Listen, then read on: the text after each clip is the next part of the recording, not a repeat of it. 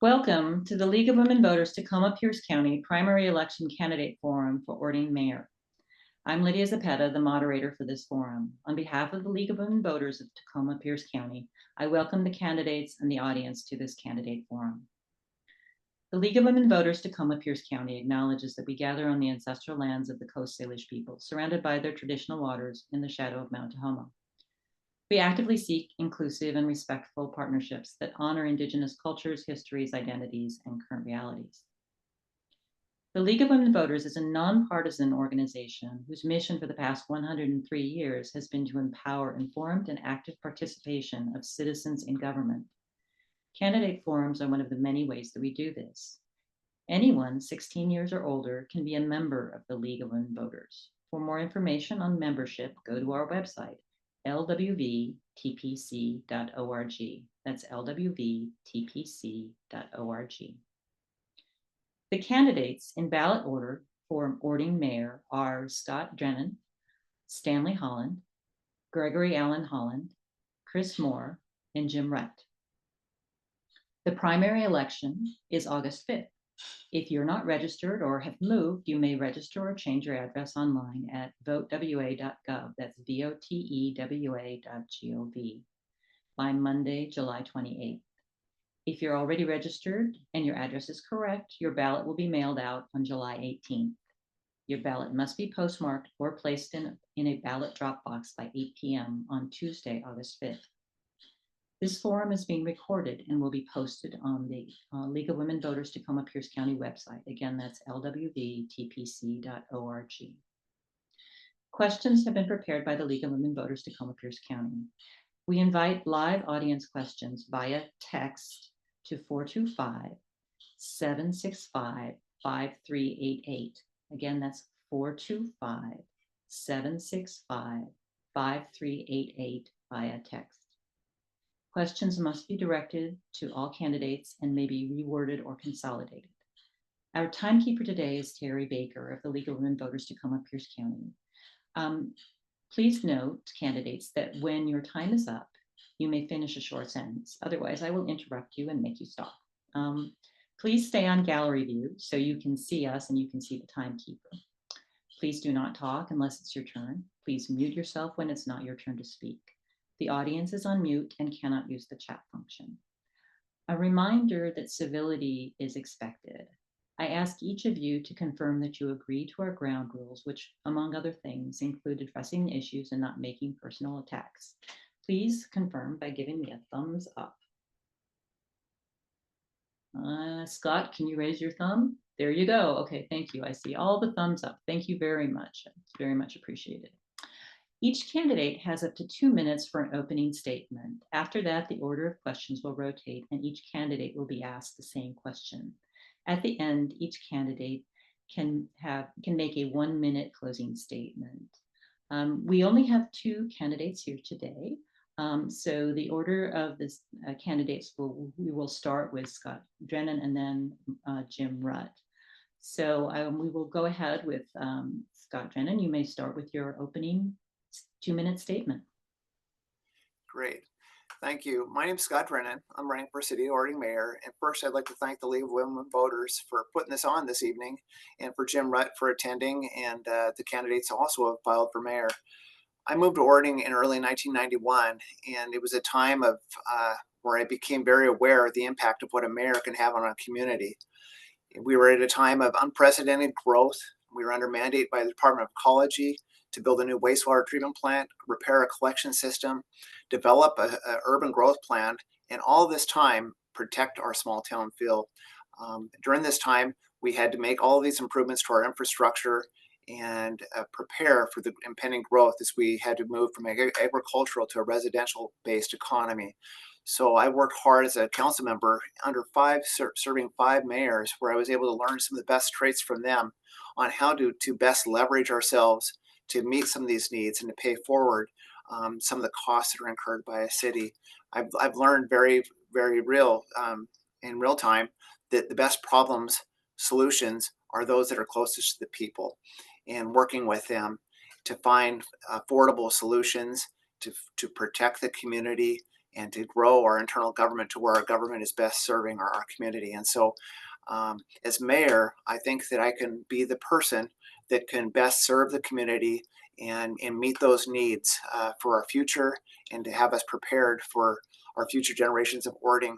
Many of our accomplishments at the time were recognized nationwide and statewide as a small community who could. I like to think that I'm one of those candidates with a can-do attitude, who can get it done and to do it affordably, and to become a place where we are all proud to live in a safe community. Thank you.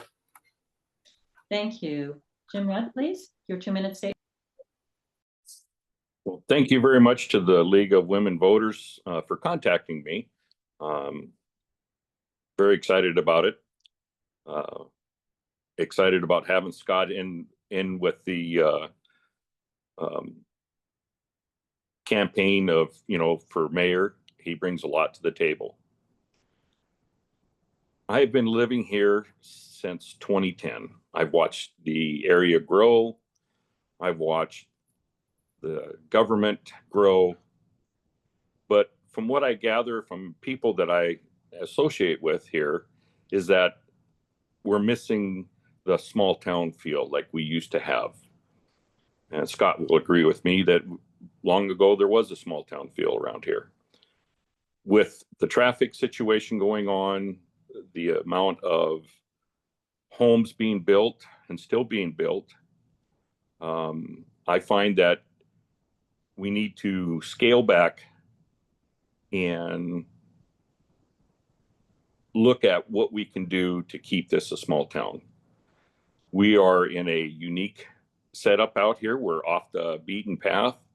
A lot of people like to come down to our small town and ride bikes and walk and visit. And that is a rarity nowadays. My number one goal is safety for our community people, and for the people that visit our community. We've had some people that have been hit. We've had people that have been killed, and that's not something I'm proud of. So that would be my first goal, is to ramp up the police department, get them to patrol more, go after the people that are speeding, which we have a real problem with in our little area, and to cite those people that are speeding. So, Thank you. Oh. So now we move on to our questions, and we'll rotate the questions. So we'll start with Jim Rudd. And our first question, before we start, let me remind people that if they have a question, if the live audience has a question, they can text messages or text questions to 425-765-5388. Again, that's 425-765-5388.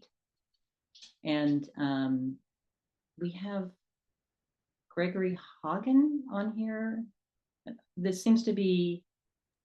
Yes, Gregory Hogan is another candidate. He just showed up late, so we may need to ask for confirmation for the ground rules and then include him in the opening statement.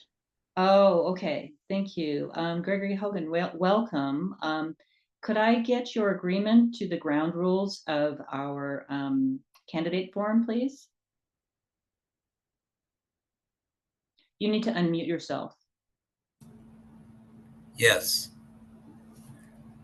Thank you very much. And now you can go ahead with your opening 2-minute statement. Oh, okay. No, I've been on city council since 2018, did planning commission, public works, public safety, did school board for 13 years. I just feel it's time to assume this position as the mayor in Orting. There's lots of challenges ahead that we're all well aware of. It's going to take time to keep them rolling. We've got some good progress going on, some decent staff, and it'll be interesting to see what happens when we have a new mayor and about 3 new council members, it sounds like. So that's where I'm at. Thank you. Thank you. Okay, so we're going to go ahead then with questions. We will start with Jim Rutt. If you could tell us what your budget priorities are for the city of Orting, why, and how would you pay for them? And again, 90 seconds. What are your budget priorities for the city of Orting? Why, and how would you pay for them?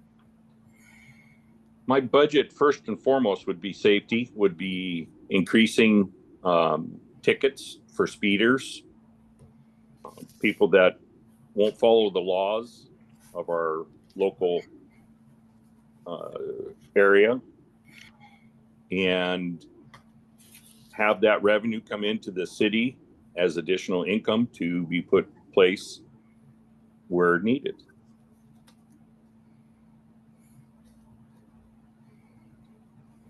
Thank you. Is that your statement?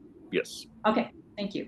So then we'll move on to Gregory Hogan. Could you please tell us what your budget priorities are for the city of Orting, why, and how you would pay for them?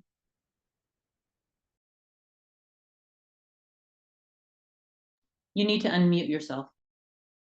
Yes, I'm sorry. Did it work? Okay. I agree with Jim. That's safety.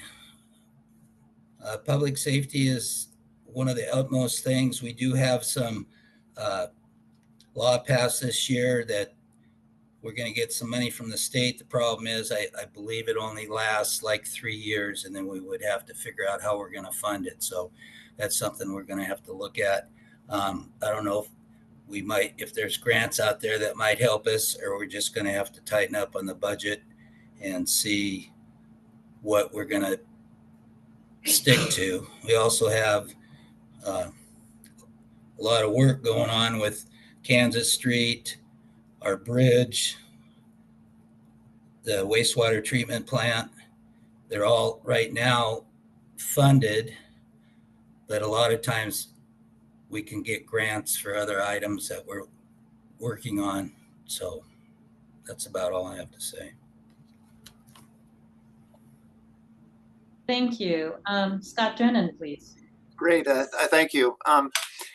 Wow, that's a good question. So I think that one of the first times in recent history, we're actually fully staffed with our police department. So a lot of our work can be done with guidance by a mayor to help improve some of the issues that both Jim and Greg have brought forward. But as Greg had mentioned, these projects of Southwest Connector, Kansas Street improvement, and some of our traffic congestion are high priorities. They're projects that have been worked on for over 10 years, which I originally had started at in the mid 2000s. So my concerns right now are to get these projects that are on the book, get them expedited and get them through in a cost-effective way. Also, with our utilities, I feel that impacts people's personal at home. And so going with the cost of service to control our cost for what it costs here to live in Orting is going to be extremely important to me, that we don't pass that any more than we need to onto the citizens to make it an affordable place to live. And lastly, I feel that our youth have to be more engaged and potentially offer some more programs to bring more involvement for our youth into our community and improve some of our volunteer systems, which we've moved away from. We've lost a number of our downtown events that happen, and I feel that's also reflective of our volunteerism that we're seeing in our city. So I want to beef up the Daffodil Parade, Christmas party, Christmas celebration, and do all of this with accomplishing through volunteerism, which is something that our city has been built upon. And if you were to look in our parks, you'll see every structure was built by volunteers. So I feel that we can accomplish a lot outside of the budget. Thank you. Thank you very much. Next question, we'll start with Gregory Hogan. According to the US Census, the city of Orting has grown by 34% since 2010. What are your priorities for further development in Orting? Speak specifically about the Orting Comprehensive Plan and the Growth Management Act. Gregory Hogan.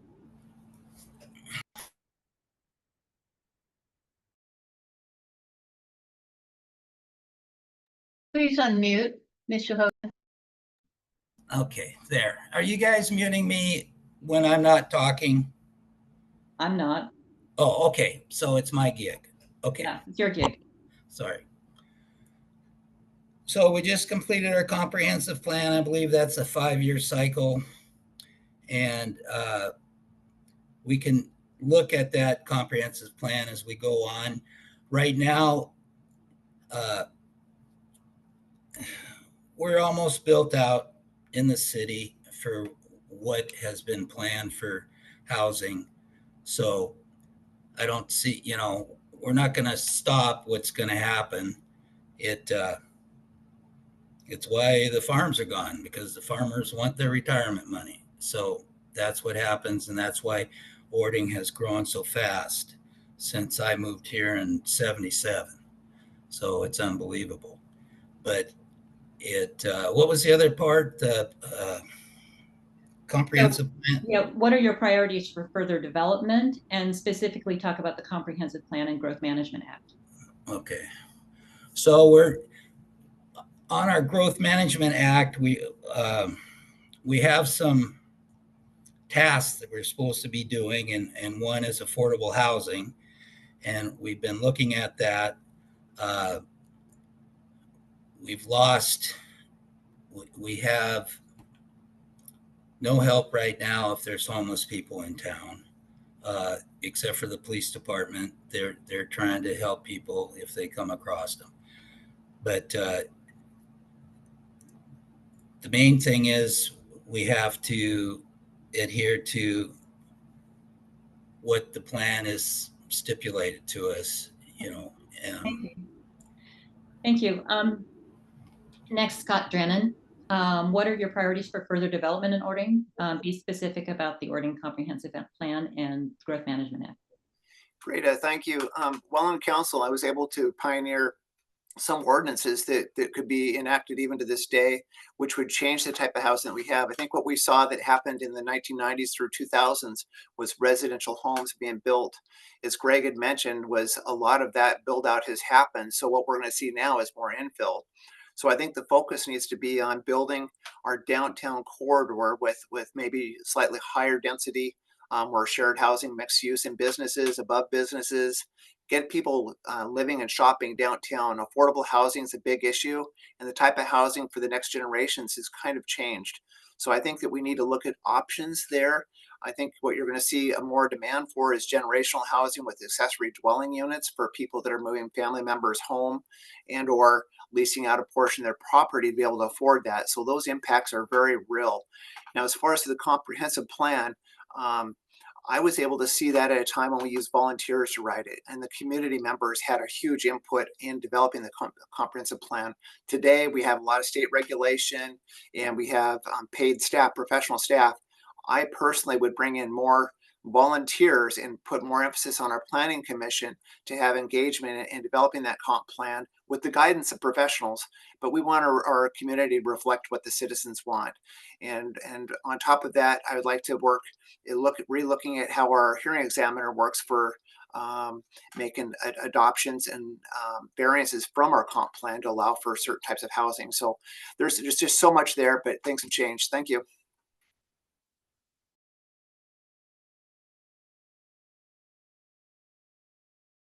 Lydia, you need to unmute. Jim Rutt, could you please unmute yourself? I am.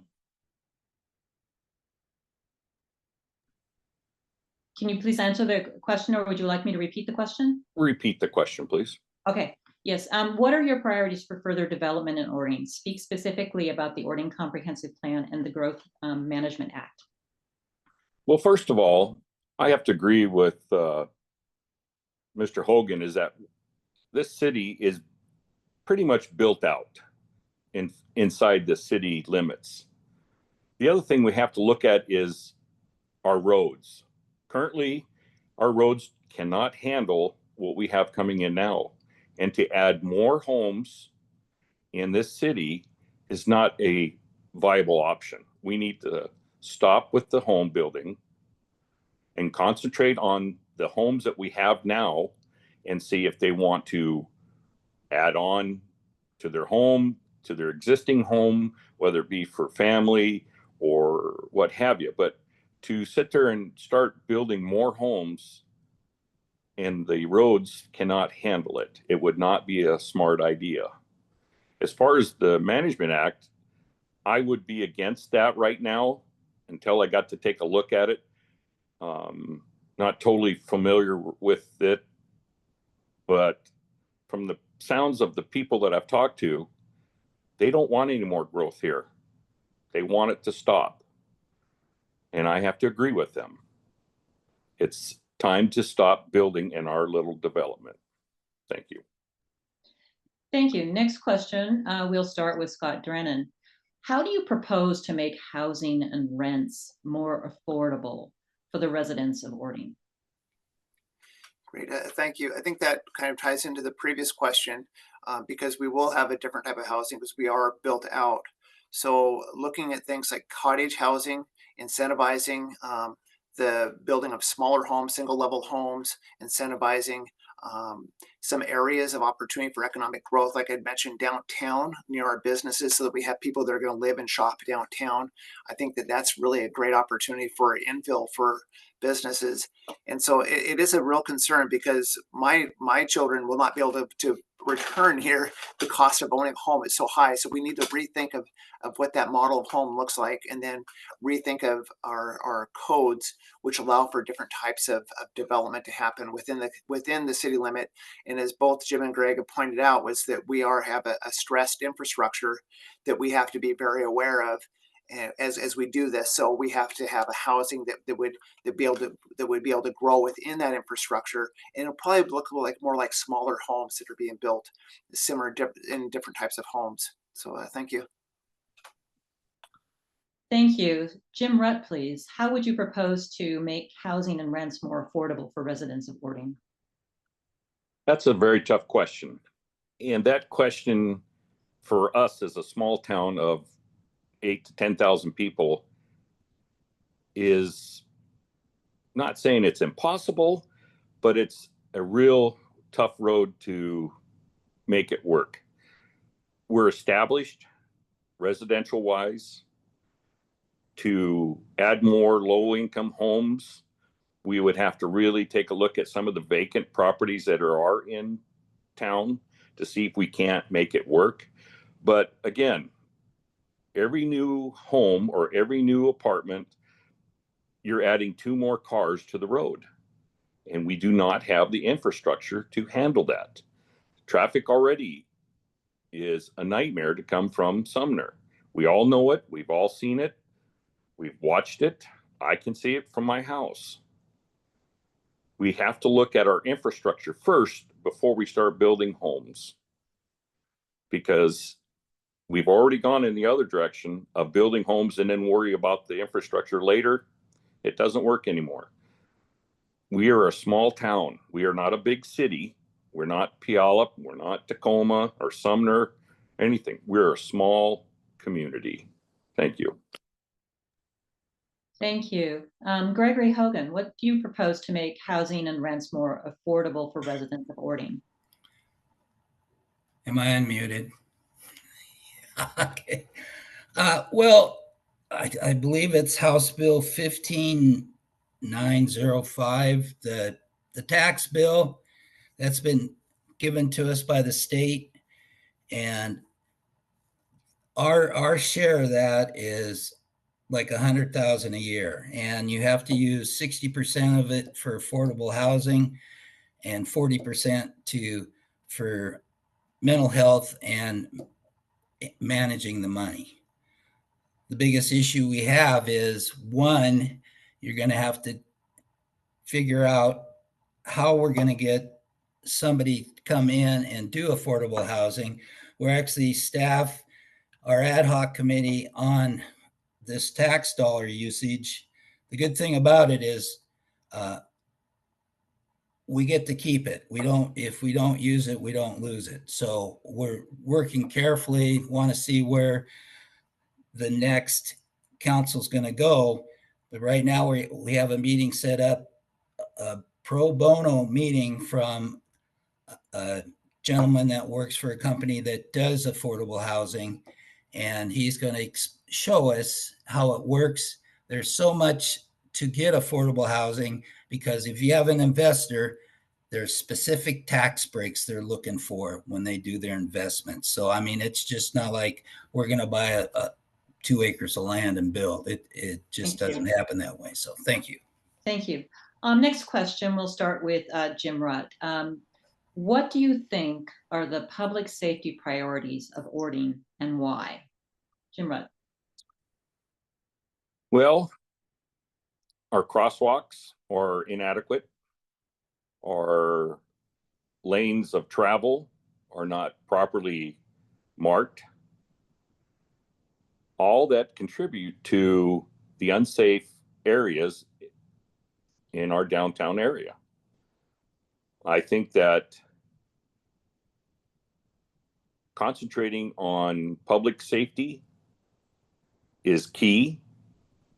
I think the way to fund that is by issuing more citations and taking that money and using it for public safety for the citizens as well as for our visitors. Thank you. Thank you. Gregory Hogan, what do you think are the public safety priorities of Orting and why?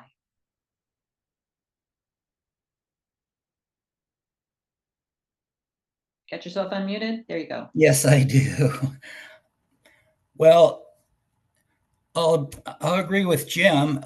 Traffic, and it's just not within the inner city. It's at all the developments. I mean, we have to put a stop to this. I mean, when you got people running red lights and stop signs with their kids in the car, what kind of society are we building? It just sucks. Yes, we do have, we're upgrading Kansas, and I believe there's crosswalks planned for that. We do have issues with the bridge going over 162 is going to help with the traffic, student safety there, I believe. Right now, it's scary.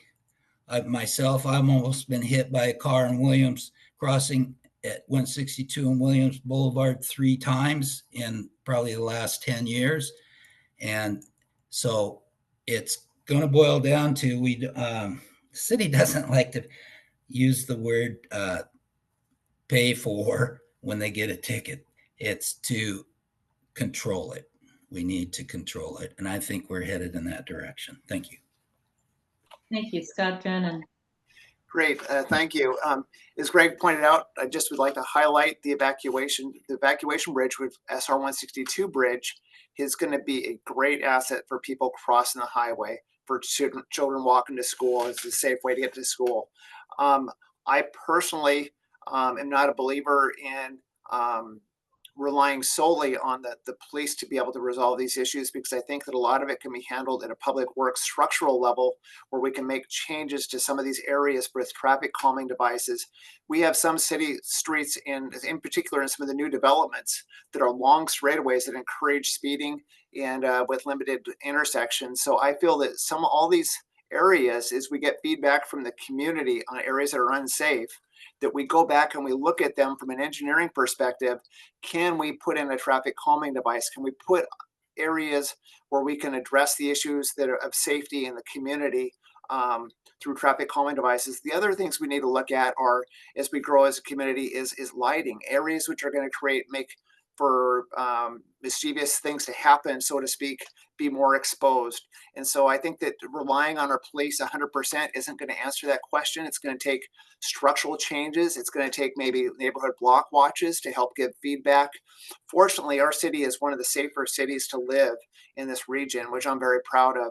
And I think that some of the changes that we need to do to even make it better, I think they're all doable. And I think that those solutions are going to come from the people living nearest to those problems. So if you have a bad intersection, if you're seeing speeding issues, let's go back and look at them and see if we can make changes. Thank you.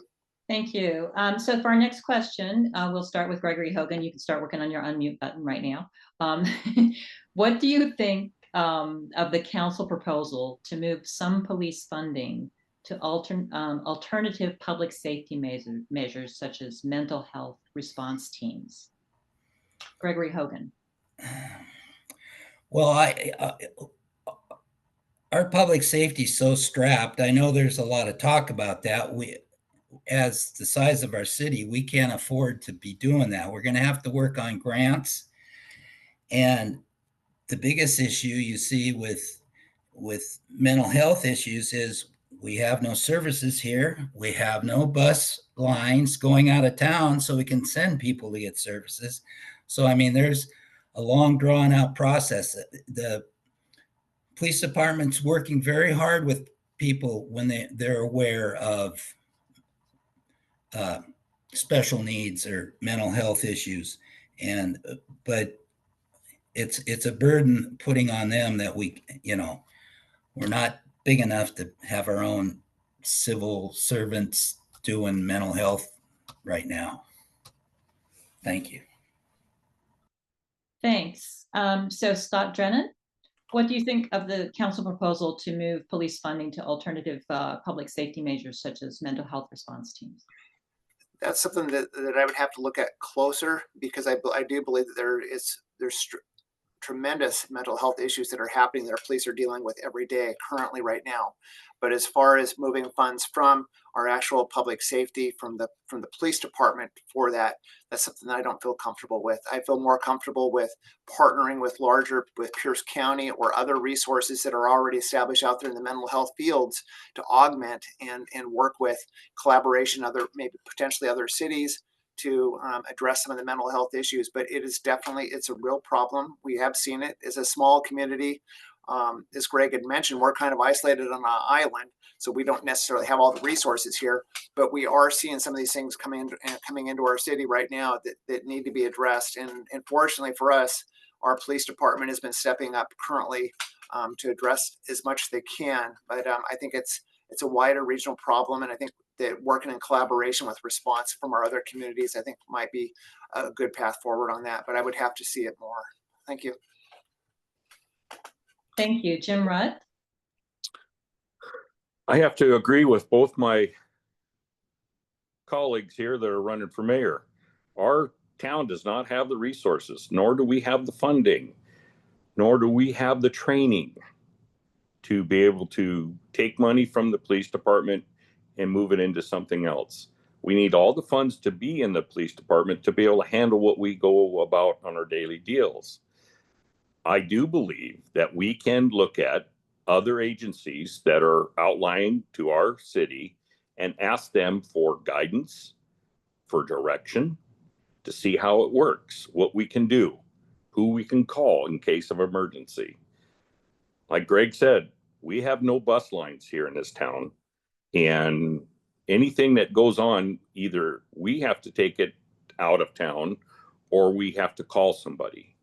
And I would really be against moving the funds from the police department. Thank you. Thank you. Next question, we'll start with Scott Drennan. Please speak to the need for upgrades of the water resource recovery facility and the legal complaint related to the wastewater treatment plant. Great, thank you. That's one of those reasons that drew me back into this race for mayor.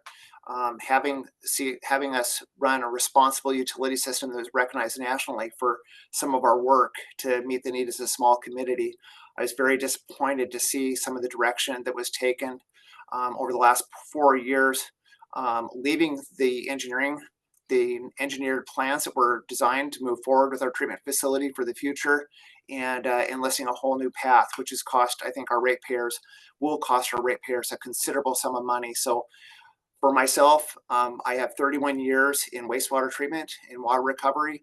I'm a retired supervisor from King County Regional Facility, and I would like to lend that experience to guiding our treatment plant forward to build a new modern facility that's able to meet the needs of the future, but keep it at a cost effective where our citizens can actually afford it. This has been very costly and very disappointing for myself to see the direction that the council has taken with this, and in particular with our engineering firm. So I would like to, as a mayor, get a hold of this project and pull it back in line and bring it back into a process where it can be affordable for all the citizens of Orting and meet the compliance issues that we have for the future for water treatment.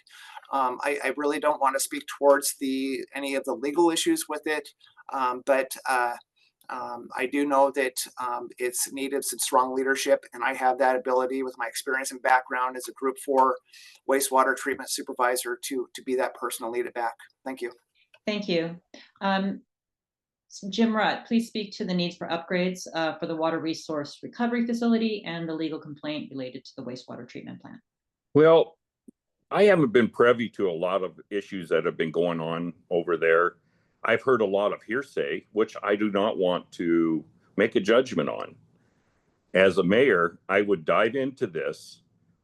I would ask for help from area wastewater treatment plants on what is the best way to go forward as to still supply our citizens, but not to raise the prices on the citizens. It has gotten out of control. So I can't comment on something I don't know, and I'm not going to comment on hearsay. As far as the legality that is approaching or at our city, I don't have comment on that because I don't know enough of it to say one way or another. Thank you. Thank you. Gregory Hogan. You want to ask those questions again, please? Oh, sure. Please speak to the need for upgrades of the water resource recovery facility and the legal complaint related to the wastewater treatment plant. There will be no comment from that second part of the question. All right. That's not the place. This is not the place. Now, wastewater treatment plant. Yes, I agree with Scott Drennan. The council made a decision to spend another $1.4 million to hire another engineering firm. They thought they were going to run off the other engineering firm. Well, it's turned out we're still on plan. They're working together to make sure we're not duplicating a bunch of goofy engineering stuff that we already have figured out. I believe we've made some staff changes here in the last couple of years with some very capable people who pay attention, listen, and don't get smoke blowing where it doesn't need to go. Okay, so I think our process, it's going. It's just got to be up and above board. Okay, thank you. Thank you. Next question, we'll start with Jim Rutt. What is your stance on the proposed safe parking program for the unhoused in Orting?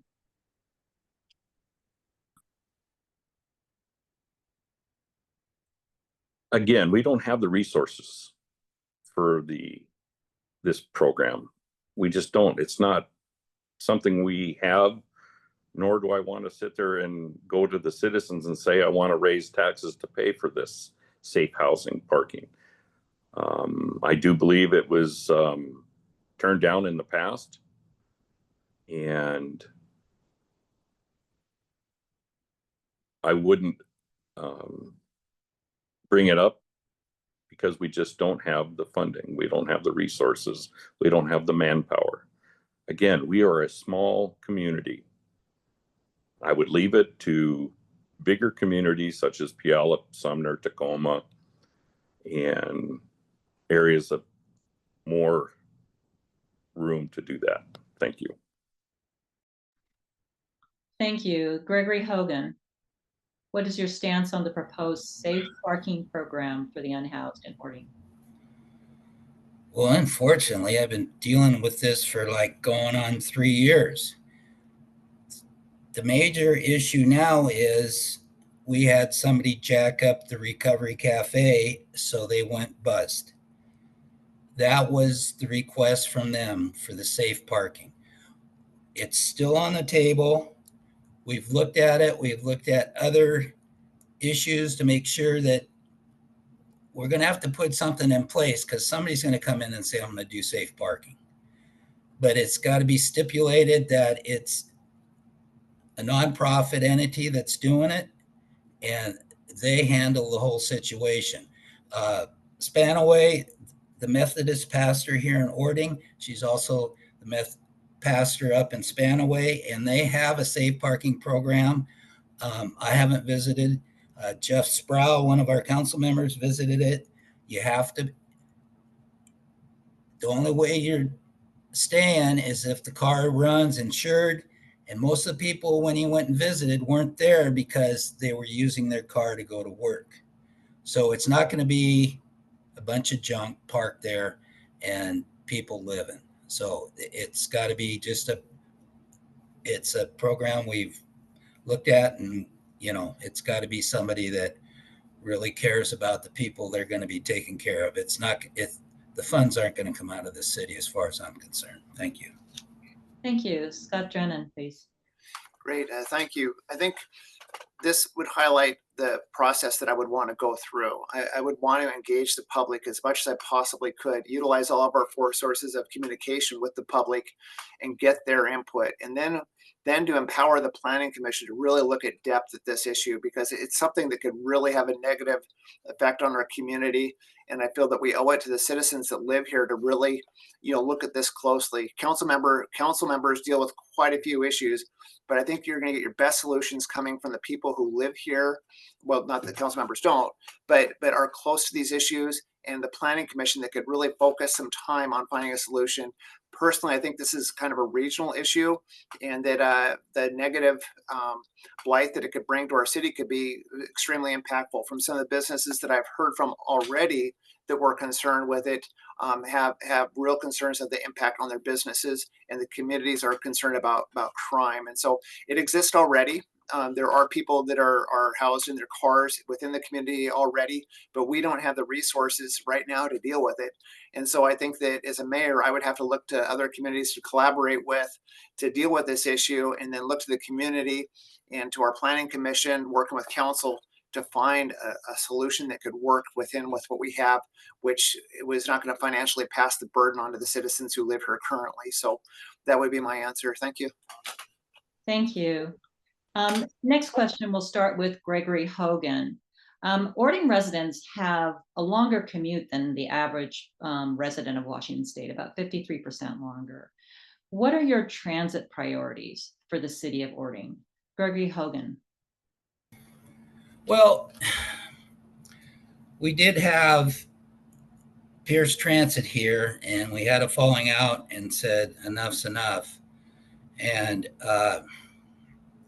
although we're paying our RTA taxes, like $6 million have gone to it from the city of Orting, the residents of Orting. So we need to figure out how we can get the people out of their cars and commute.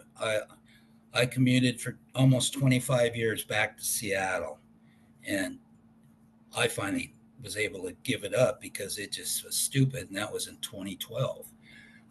So there was some look down at around Alderton about having a park and ride that would take people into the train stations in Sumner or Puyallup. We got to look at that. How can we get people that are using the train to be able to leave their cars at home? That's going to be the biggest issue, is how to figure out how we can use public transit or transportation and get it to meet our needs. I mean, it's tough because you open something up, and when the customers don't use it, it's costing us way too much. Thank you. Thank you. Scott Drennan, what is your transit priority for the city of Orting? Boy, this is a problem that's close to my heart. I think that we have a lot of our senior citizens, a lot of our youth that are stranded here on an island in Orting, that are unable to make it into regional work centers or other service areas where they can get help, medical help, or other services. So I feel that it's something we need to go back and revisit. We weren't being served well by Pierce County, as Councilmember Hogan had pointed out.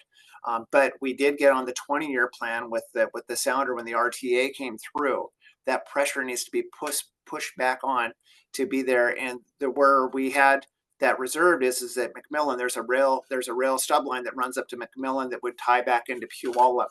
That's one opportunity that we have to get mass transit closer to Orting. It's not necessarily the Orting residents that are causing the congestion. The growth in this region all around us has pushed the people into the valley to avoid other areas that are congested. And so we're feeling the impact of not only Orting, but all of the surrounding areas coming into that tight bottleneck through Orting.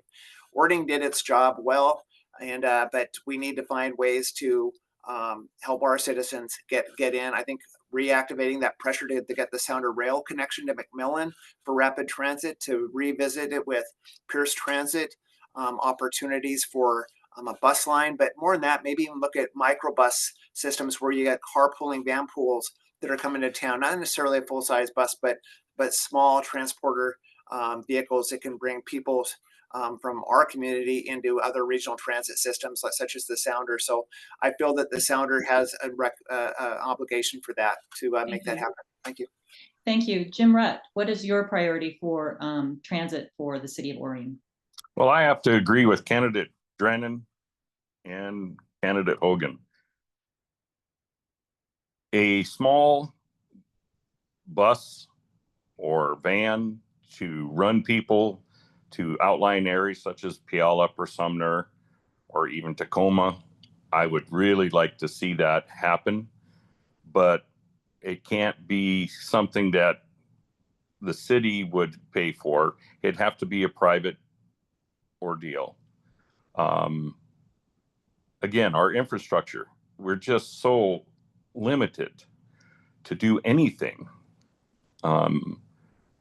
And it's not just the city of Orting, it is the outlying areas. I know a lot of people that live up in Graham that come down through 162 that go up the backside of Cemetery Hill. I do know that the state is going to put in a roundabout on 128th and 162. I do know that the state is going to continue a road up into the backside of Puyallup on Reservoir Road, which should help alleviate some traffic. I am aware of another road that the state wants to bring down from Puyallup, is B176 down into Orting. When that happens, who knows? But until we get some sort of relief with our traffic, I think small buses would be ideal to help people get to the Sounder or to additional places in the outlying areas. Thank you. Next question, and actually this is our last question, and we'll start with Scott Drennan on this one. Are there other infrastructure priorities that you would like to discuss for Orting? Scott Drennan. Great, thank you. We've touched on the water resource recovery. Our water system is I think we have come a long ways with our water distribution and reservoir system. I feel very good about that we have reservoirs on the north end and on the south end of our city that can handle most situations. We've touched on the transportation with the Southwest Connector, which is a way to divert traffic from our downtown corridor and help expedite the transportation needs through the valley. One of our key areas that we need to focus our energy on is completing our evacuation bridge system. We live in a valley that is surrounded by two rivers and at the base of a mountain where the potential of a lahar would give us a very limited time off the valley floor. So one of the items that I worked on for over 20 years was actually the funding of this first bridge over SR 162, but there's plans for a second bridge that would cross and link up to Hawley residents up above for citizens to evacuate off the floor. And that would be helpful in the incident of a lahar first, which would meet the needs of evacuating our kids. And then secondly, it would be helpful in the needs for flooding. So those are a couple items that I could think of. You know, as I think everybody's pointed out, the infrastructure with roads, street calming devices, reevaluating intersections, making our city structurally able to handle some of the concerns of our citizens with being able to commute effectively and safely. I think those are my priorities anyway. Thank you. Thank you. Jim Rutt, are there other infrastructure priorities you would like to discuss for Orting? Our roads are atrocious in certain areas and they need to be addressed. I've talked to a lot of people on Kansas. I've talked to people on other roads, and they all say the same thing. Our roads are terrible and need to be addressed. Do we have the money for them? Not really. What type of grants can we get? It's all if. We need to seriously look at how we can fund a road project in a timely manner that our citizens would get behind in and complete the job, as well as safety. We have a real lack of it here in this town. It's not a priority. And to me, that is a priority, especially when we have a loss of a life on a corner of Safeway. It should have never happened. Thank you.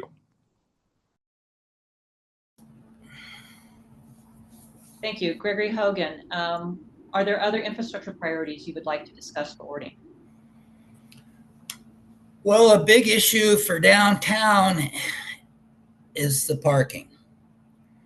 When you bring in, we actually have a facility that has been just built, and they weren't able to lease it out because they wanted to put a microbrewery in there, and they didn't have enough parking places because it had apartments upstairs. Apartments deem they need 2 spots for each apartment. They only had 8 spots. How's that going to work?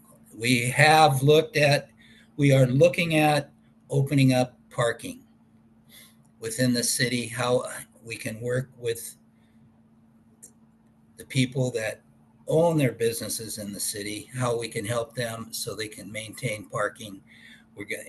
It's just going to be a big challenge. The other thing is, I think our planning commission, I think we had a good group this year, and with our Orting director at community development, they did a really good job on the comprehensive plan. There was only one thing the council kicked back out of that whole thing, and they worked on that thing hard for over a year. So I really appreciate what they did. The biggest issue, the 69-70% of drive-through in Orting, but it's everywhere. It doesn't matter. Go to Shaw, go to Meridian, go to the Buckley Crawl. It's everywhere. We just got to figure out how we control our traffic we have. And like Jim Rutt said, 128, that sounds viable to us because that would alleviate people going all the way down to the end of town and going up into Graham.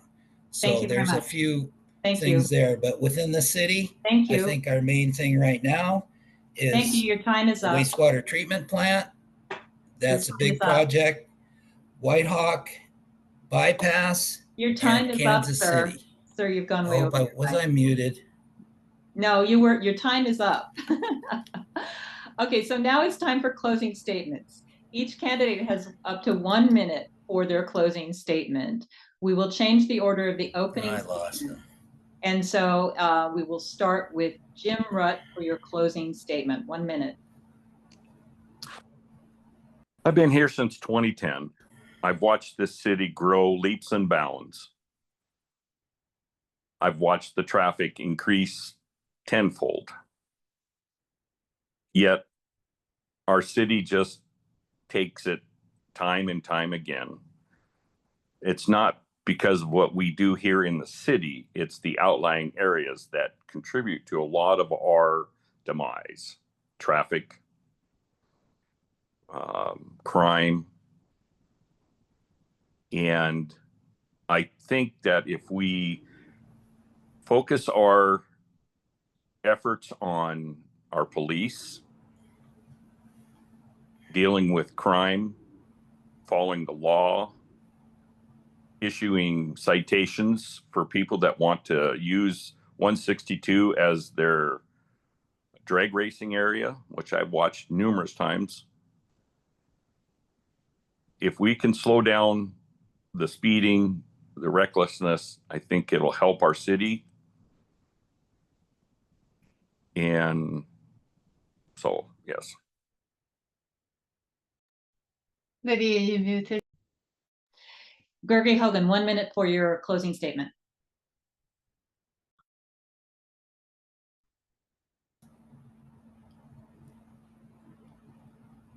Lydia, I've lost you. I can't hear you. 1 minute for your closing statement.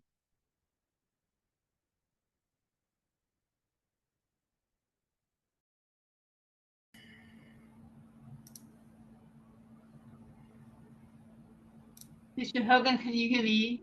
Yes. 1 minute closing statement, please, 1 minute.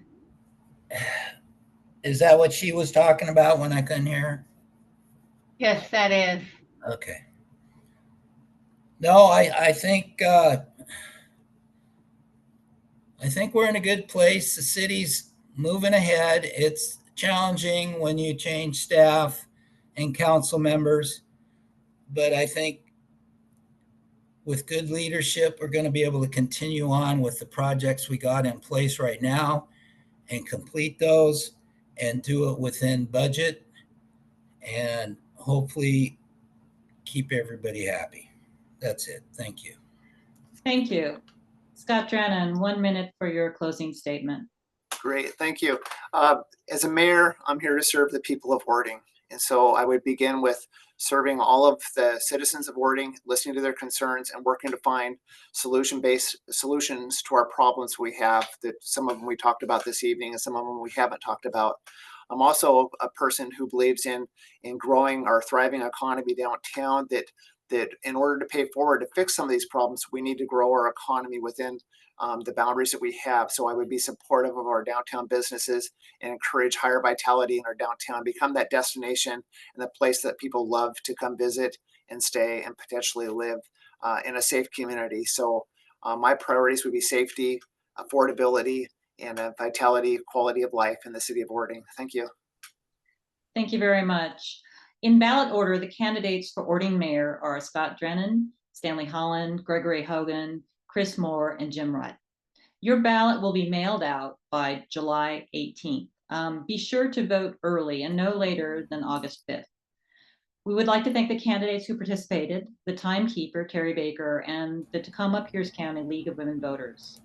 You can see other League of Women Voter candidate forums at lwvtpc.org. That's lwvtpc.org. Read your voters pamphlet, look at vote411.org, that's VOTE411.org, where you can find answers to questions posed to all candidates running for office. Read the candidates' websites and do everything you can to be an educated voter. And don't forget to vote on August 5th. Thank you, everyone, and have a wonderful evening. Thank you so much. Great, thank you.